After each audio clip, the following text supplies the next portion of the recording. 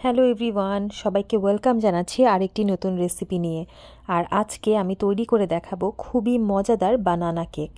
এই কেকটি তৈরি করা যেমন সহজ আর খেতেও কিন্তু অসম্ভব মজা লাগে।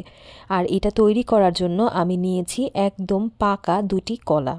সাধারণত বাসাতে এরকম পাকা কলা থেকে যায়, যেটা পরবর্তীতে কোনো কাজে ব্যবহার করা যায় না, আবার খেতেও ভালো লাগে না। ঠিক তেমনই আমি পাকা দুটি কলা নিয়েছি এখানে। আর কলাটাকে আমি খুব ভালোভাবে ম্যাশ করে নিব। আপনারা চাইলে একটু দানাদারও রাখতে পারেন, আবার খুব ভালোভাবে এটাকে ম্যাশ করেও নিতে পারেন, এটা আপনাদের পছন্দ মতো। আমি একটু দানাদার রেখেছি।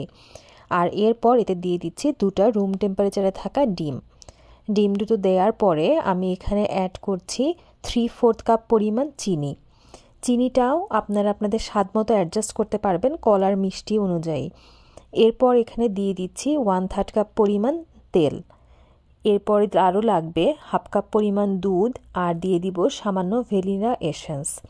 এবার সব লিকুইড উপকরণগুলো আমি একটা হুইস্কের সাহায্যে খুব ভালোভাবে মিশিয়ে নিচ্ছি।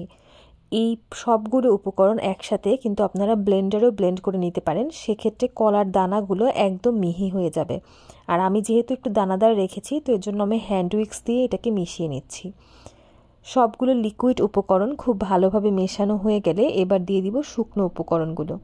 একটা চালনির উপরে আমি দিয়ে দিচ্ছি 1.5 কাপ পরিমাণ আটা, আর লাগবে 1 টিস্পুন করে বেকিং পাউডার এবং বেকিং সোডা। এখানে আমি 1 টিস্পুন বেকিং পাউডার দিয়েছি আর 1 টিস্পুন বেকিং সোডা দিয়েছি। এবার এই শুকনো উপকরণগুলোকে লিকুইড উপকরণের সাথে খুব ভালোভাবে মিশিয়ে নিচ্ছি। মিশ্রণটা যখন একদম তৈরি হয়ে যাবে, এ পর্যায়ে আমি দিয়ে দিচ্ছি কিছু কেটে রাখা ডার্ক চকলেট। এই উপকরণটি কিন্তু অপশনাল, আপনাদের বাসায় যদি ডার্ক চকলেট না থাকে সেক্ষেত্রে এটা স্কিপ করতে পারেন, এতে স্বাদের তেমন কোনো পার্থক্য হবে না। এবার আমি একটা পাউন্ড কেকের এরকম মোল্ড নিয়ে নিয়েছি, লম্বা টাইপের, আপনারা যে কোনো সাইজের মোল্ড নিতে পারেন। এবং এটাতে আমি এখন তেল ব্রাশ করে নিব।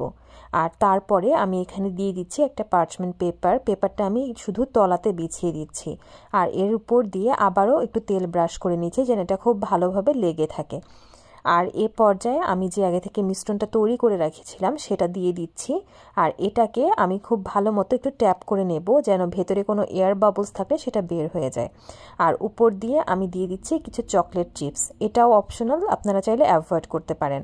এরপর আমি এই কেকটাকে বেক করেছি 180 ডিগ্রি সেলসিয়াস টেম্পারেচারে 40 থেকে 45 মিনিট মতো। কেকটা তৈরি হওয়ার পরে আমি এটাকে সাথে সাথে ওভেন থেকে বের করে নিয়েছি, তবে আপনারা চাইলে একটু অপেক্ষা করতে পারেন কেকটা রুম টেম্পারেচারে আসা পর্যন্ত, এবং তারপরে এটাকে স্লাইস করে কেটে নেবেন। আমি সময়ের স্বল্পতার জন্য এটাকে আমি গরমই কেটে নিয়েছি, এতে আমার কাটতে একটু কষ্ট হয়েছে, তবে আপনারা যদি ঠান্ডা হওয়ার পরে একটু কাটেন তাহলে এটাকে শেপ দিতে কিন্তু সহজ হবে। আর দেখেই বুঝতে পারছেন কেকটা এখনও কতটা গরম আছে, তবুও আমি একটু আপনাদের দেখিয়ে দিচ্ছি এটা ঠিক কতটা নরম হয়েছে। এটা খেতে কিন্তু অসম্ভব মজা, আর যেমন তুলতুলে তেমনি চকলেটের যে টেক্সচার, সেটার জন্য এটা দেখতেও অনেক সুন্দর হয়েছে। আর নরম কতটা হয়েছে তা তো দেখেই বুঝতে পারছেন। তো এটা বাসায় অবশ্যই ট্রাই করবেন, এটা কিন্তু সকালের ব্রেকফাস্টের জন্য বা বিকালের নাস্তার জন্য খুবই ভালো একটা ডিশ। এটা চায়ের সাথে খেতে অসম্ভব মজা লাগে। সবাই বাসায় অবশ্যই ট্রাই করবেন। আবার দেখা হবে নতুন কোনো রেসিপি।